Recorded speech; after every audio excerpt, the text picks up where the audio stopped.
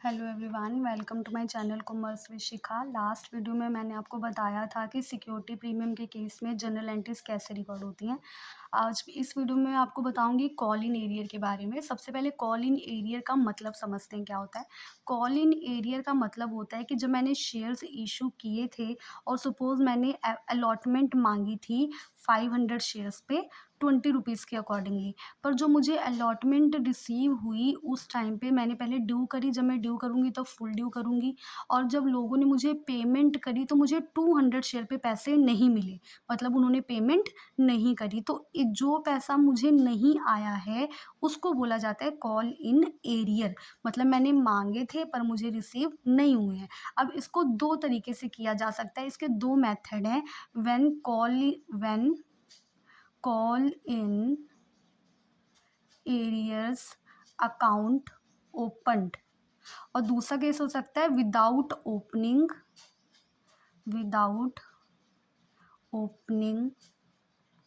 Call in arrear account.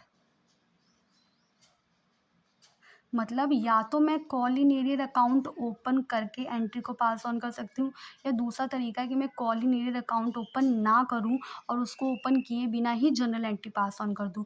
मैं आपको दोनों तरीके से बताऊंगी कैसे किया जाता है। मेरे पास यहाँ पे हमारे पास ये क्वेश्चन अवेलेबल है, पहले इस क्वेश्चन को रीड करते हैं और क्वेश्चन को सॉल्व करते हैं। XYZ limited issued 10,000 shares payable as follows. अब यहाँ पे 10,000, पहले इस इन्फॉर्मेशन को रफ में रिकॉर्ड करेंगे। यहाँ पे मैं रिकॉर्ड कर रही हूँ, देखो नंबर ऑफ शेयर्स जो हैं वो हमारे पास है 10,000। ओके, नंबर ऑफ शेयर्स 10,000 है, और एक शेयर जो है उसके बाद उसने बोला है कि यहाँ पे रीड करो 25 ऑन एप्लीकेशन हमें रिसीव होंगे। एप्लीकेशन आने वाली है 25 रुपये की। फिर उसने बोला 25 रुपये अलॉटमेंट पे आएंगे, तो अलॉटमेंट रिसीव होगी 25 रुपीज़ की। उसके बाद उसने बोला 30 rupees on first call, 20 on second call.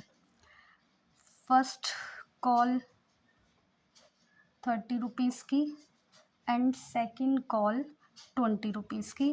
Total 100 rupees एक शेयर का प्राइस है। अब इस क्वेश्चन को हम करते हैं आगे। उसने देखो क्या बोला, allotment was made and the money was duly received except, अब ये है call in arrear, except the second call on 500 share. कह रहा पूरी अलॉटमेंट कर दी गई थी, पूरा पैसा भी रिसीव हो गया, पर 500 शेयर पे लोगों ने सेकंड कॉल की पेमेंट नहीं करी है। तो this is the case of call in arrear. अब इसको with call in arrear account और without call in arrear account करके दिखाएंगे। क्वेश्चन की एंट्रीज जो है वो पास ऑन करेंगे। पहले हम फॉर्मेट बना लेते हैं जनरल एंट्रीज का।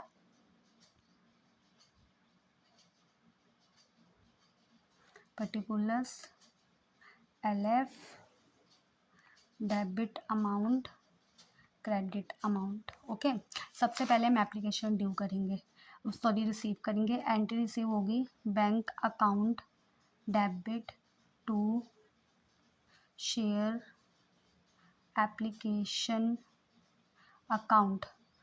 10,000 शेयर्स थे, 25 रुपये एप्लीकेशन पे आने थे, तो 25 के हिसाब से हमारे पास यहाँ पे आ जाएगा 250000, 2,50,000, 2,50,000। ओके, फिर देखो अब इसको ट्रांसफ़र करना है, तो शेयर एप्लीकेशन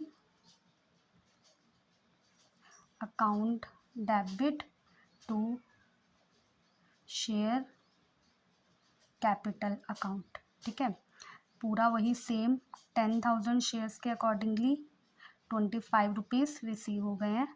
10,000 2,50,000, 2,50,000। ओके, उसके बाद आगे देखो, फिर हमारे पास है एप्लीकेशन के बाद अलॉटमेंट को अब हमें ड्यू करना है। एंट्री रिकॉर्ड करेंगे, share allotment account debit to share capital account. 10,000 shares हैं और 25 रुपीज़ पर शेयर अलॉटमेंट रिसीव होनी है, तो अमाउंट आ जाएगा 2,50,000, 2,50,000। ओके, फिर हमें जब रिसीव होगी तो एंट्री रिकॉर्ड होगी bank account debit to share allotment account 10,000 shares के अकॉर्डिंगली 25 रुपीज़, 2,50,000, 2,50,000। आगे देखो नेक्स्ट, अब हमें सेकंड फर्स्ट कॉल ड्यू करनी है। फर्स्ट कॉल ड्यू करेंगे तो share first call account debit to share capital account. देखो 10,000 शेयर्स हैं और फर्स्ट कॉल मुझे आनी है 30 रुपीज़ के अकॉर्डिंगली। 30 रुपीज़ के accordingly 3 lakh rupees, 3 lakh. Okay, अब जब हमें रिसीव होगी तो एंट्री डालेंगे bank account debit to share first call account 10,000 shares के अकॉर्डिंगली 30 रुपीज़, 3 लाख, 3 लाख। अब आगे, अभी यहाँ तक तो काम ठीक है, ठीक है। फर्स्ट कॉल तक तो हमें सारे पैसे रिसीव हो गए हैं। अब उसने बोला है कि सेकंड कॉल पे 500 शेयर का पैसा नहीं आया है। तो अब यहाँ पे हम सीखेंगे कि कॉल इन एरियर की एंट्री को किस तरह से रिकॉर्ड करना है हमें।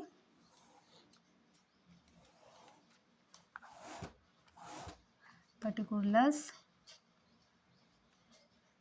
Amount LF, debit amount and credit amount. देखो सबसे पहले सेकंड कॉल जो हमें ड्यू करनी है तो हमें फुल ड्यू करनी है। मतलब हम एंट्री रिकॉर्ड करते हैं share second call account debit to share capital account. Okay, 10,000 shares थे और 20 रुपीज़ के अकॉर्डिंगली मुझे अमाउंट आनी है। 20 रुपीज़ के अकॉर्डिंगली मतलब 2 लाख रुपीज़ और 2 लाख रुपीज़। अब जब मैं इसको रिसीव करूँगी, पहले मैं बताती हूँ कि व्हेन विदाउट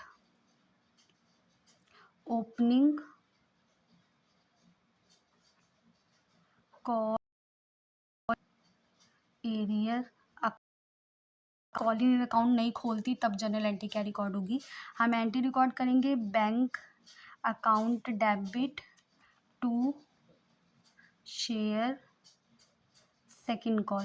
देखो नंबर ऑफ जिसमें से मुझे 5 पैसा आया है तो मैं 10,000 माइनस कर दूंगी तो वो 9,000 मुझे पैसे आए हैं। 9,020 रुपीज़। अब ये जो 9,500 है इंटू 20 रुपीज़ जब हम करेंगे तो वो अमाउंट मुझे आएगी 1,90,000। 1,90,000 मतलब इतने रुपीज़ जो है मुझे रिसीव हो चुके हैं। तो यहाँ पे मैंने कॉल इन एरियर अकाउंट नहीं खोला, डायरेक्टली एंट्री पास ऑन कर दी bank account debit to share second call account. और जितने शेयर पे पैसा, आप नंबर ऑफ शेयर्स में से नंबर ऑफ शेयर्स को माइनस करो। 10,000 शेयर्स थे, 10,000 में से 500 शेयर पे पैसा नहीं आया तो आया कितने पे है 9,500 शेयर पे मुझे पैसा आया है। तो जो पैसा आया है उसको हम बैंक में रिकॉर्ड कर देंगे। और दूसरा तरीका होता है कि विद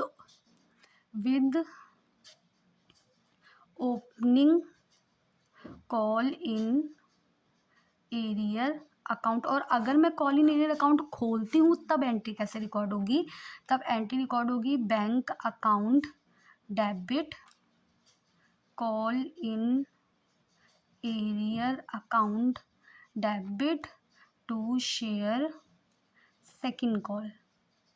अमाउंट देखो कैसे ट्रांसफ़र होगा, जो मुझे पैसे आए हैं 9,500 शेयर पे 20 रुपीज़ के अकॉर्डिंगली मुझे पैसा आया है 1,90,000।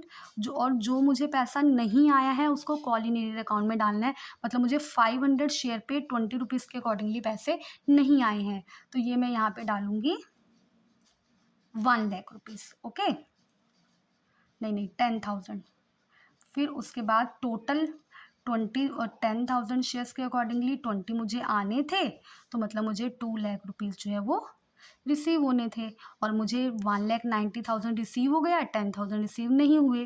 क्लियर हुई बात? तो इस तरह से है, जब मैं कॉलिनेटर अकाउंट खोलती हूँ, तो कॉलिनेटर अकाउंट को डेबिट करके जो अमाउंट नहीं रिसीव हुआ वो वहाँ पे ट्रांसफ़र कर देना है। और जब मैं कॉलिनेटर अकाउंट नहीं ओपन करती तो ये अब इसकी ज़रूरत ही नहीं है, डायरेक्टली जितने पैसे आए हैं उसके साथ जर्नल एंट्री को रिकॉर्ड कर दिया जाएगा। अगर आप ऐसे करते हो तब भी क्वेश्चन करेक्ट है। प्रॉब्लम नहीं है, तो जो आपको मेथड ईज़ी लगे वो आप अडॉप्ट कर सकते हो। Thank you.